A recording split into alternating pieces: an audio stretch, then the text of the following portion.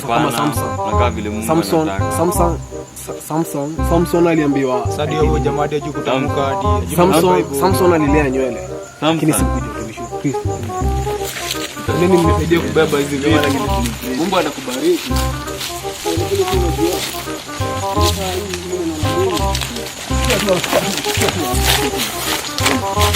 Unaona Mungu na roho ni. Ndio hiyo nyama. Oya. Twende hivi.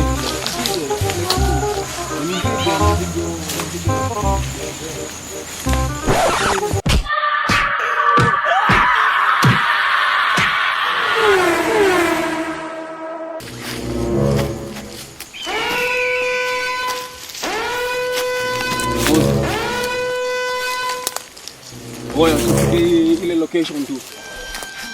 Leo kama Ivana ile deal.